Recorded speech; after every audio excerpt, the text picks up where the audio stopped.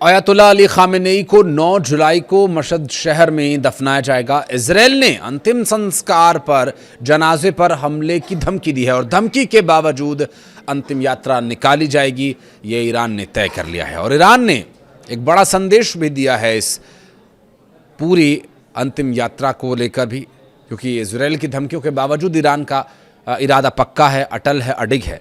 America से शांति वार्ता के बीच भी अविश्वास बरकरार है।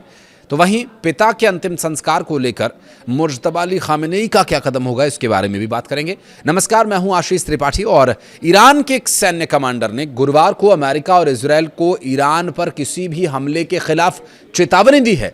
ईरान इन दिनों अपने सर्वोच्च नेता अयतुल्ला अली खामेनेई के राजकीय अंतिम संस्कार की तैयारी कर रहा है और इजराइल की और अमेरिका की हमलों की जो तैयारियां हैं वो इसी दौरान देखने को मिल सकती हैं, क्योंकि इजराइल ने साफ चेतावनी दी है कि वो जनाजे पर या अंतिम यात्रा के दौरान हमला कर सकता है। और इन्हीं के द्वारा किए गए हवाई हमलों में पूर्व सुप्रीम लीडर अयतुल्ला अली खामेनेई की जान गई थी।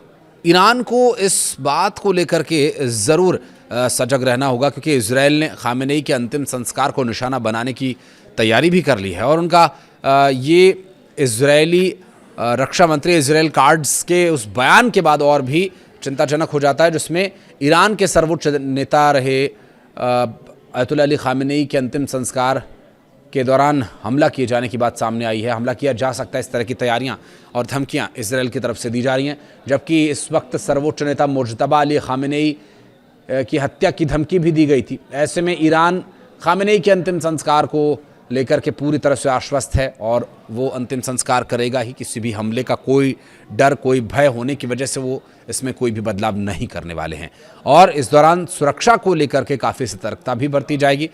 और खामेनेई के अंतिम संस्कार की प्रक्रिया 4 जुलाई को तेहरान में शुरू होगी, जो 9 जुलाई को उनके गृह नगर मशहद शहर में दफनाने की प्रक्रिया के साथ संपन्न होगी। इन तारीखों के बीच कोम और इराक में कुछ कार्यक्रम आयोजित किए जाएंगे। बुधवार को ईरान के विदेश मंत्री अब्बास अराक्ची ने भी इसी तरह की चेतावनी दी थी। उन्होंने कहा था कि अगर ईरान के लोगों या नेतृत्व के खिलाफ कोई खतरा पैदा होता है तो तेहरान उसका तुरंत और जोरदार जवाब देगा। दरअसल मुज्तबा अली खामेनेई को ईरान प्रशासन ने इस अंतिम यात्रा में शामिल न होने की सलाह दी है।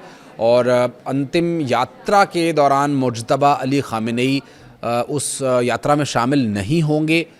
ये ज़रूर हो सकता है कि वो दफनाने की विधि के दौरान वहाँ पर मौजूद हों या फिर वे समय को लेकर के कुछ बदलाव किए जाएं, क्योंकि सुरक्षा की दृष्टि से मुज्तबा अली खामेनेई को पहले भी हमले के दौरान जान से मारने की धमकी इजराइल दे चुका है। तो ऐसे में इस वक्त सुप्रीम लीडर का सेफ रहना बहुत ज़रूरी है। और मुज्तबा अली खामेनेई की सेफ्टी को देखते हुए ईरान इस बारे में न सिर्फ प्रयासरत है, बल्कि वो इसे पूरी तरह से प्रभावी भी रखना चाहता है और मुज्तबा अली खामेनेई को सुरक्षित रखना चाहता है। ईरान के विदेश मंत्री की ये चेतावनी इजराइल के रक्षा मंत्री इजराइल कार्ड्स की उस टिप्पणी के बाद आई थी, जिसमें उन्होंने कहा था कि ईरान के मौजूदा सर्वोच्च नेता मुज्तबा अली खामेनेई की मौत तय है।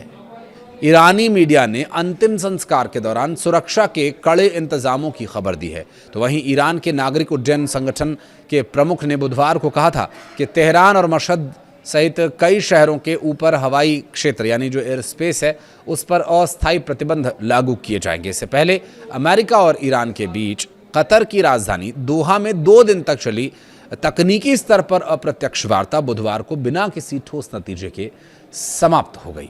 हालांकि दोनों पक्षों ने बातचीत जारी रखने पर सहमति जताई है, लेकिन इस दौर में परमाणु कार्यक्रम के बजाय स्ट्रेट ऑफ होर्मुज में जहाज़ों के निर्बाध आवाजाही और ईरान की फ्रीज की गई संपत्तियों को जारी करने जैसे मुद्दे चर्चा के केंद्र में रहे।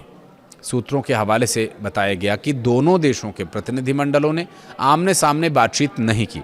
कतर और पाकिस्तान के मध्यस्थों के जरिए अलग अलग बैठकों में तकनीकी मुद्दों पर विचार विमर्श हुआ। ईरानी प्रतिनिधिमंडल का नेतृत्व उप विदेश मंत्री काजेम गरीबाबादी ने भी किया और अमेरिका के विदेश विशेष जो दूत हैं स्टीव विटकॉफ, जेरेड कुशनर भी दोहा पहुंचे थे, लेकिन उन्होंने इस बैठक में हिस्सा ही नहीं लिया। बातचीत समाप्त होने की पुष्टि तो दोनों ने कर दी है, लेकिन बातचीत का कोई हल निकल पाया है ऐसा कुछ किसी की तरफ से नहीं बताया गया। दरअसल किसी भी विवादित मुद्दे पर सहमति बनने का दावा तक भी नहीं किया गया है। और जिस तरह से मुश्तबा अली खामेनेई का अंतिम यात्रा में शामिल ना होने की बात है और इजराइल की तरफ से दी गई धमकियों की बात है, तो इन सभी विषयों को लेकर के भी अमेरिका की तरफ से संभव है कि इजराइल को थोड़ा सा कंट्रोल करने का प्रयास किया जा सकता है, क्योंकि यदि वे इस अंतिम यात्रा पर हमला करते हैं तो जाहिर है फिर ईरान भी खामोश या शांत रहने वाला नहीं है।